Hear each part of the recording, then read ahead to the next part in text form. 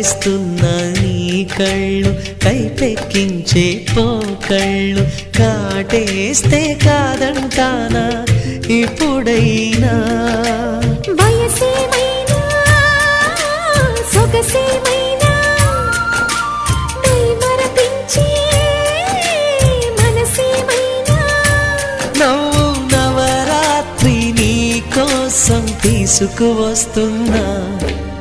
మైనా ఏమైనావే మన్మథ మాసం అయినా ఎంతైనా ఇది మెత్తని మోసం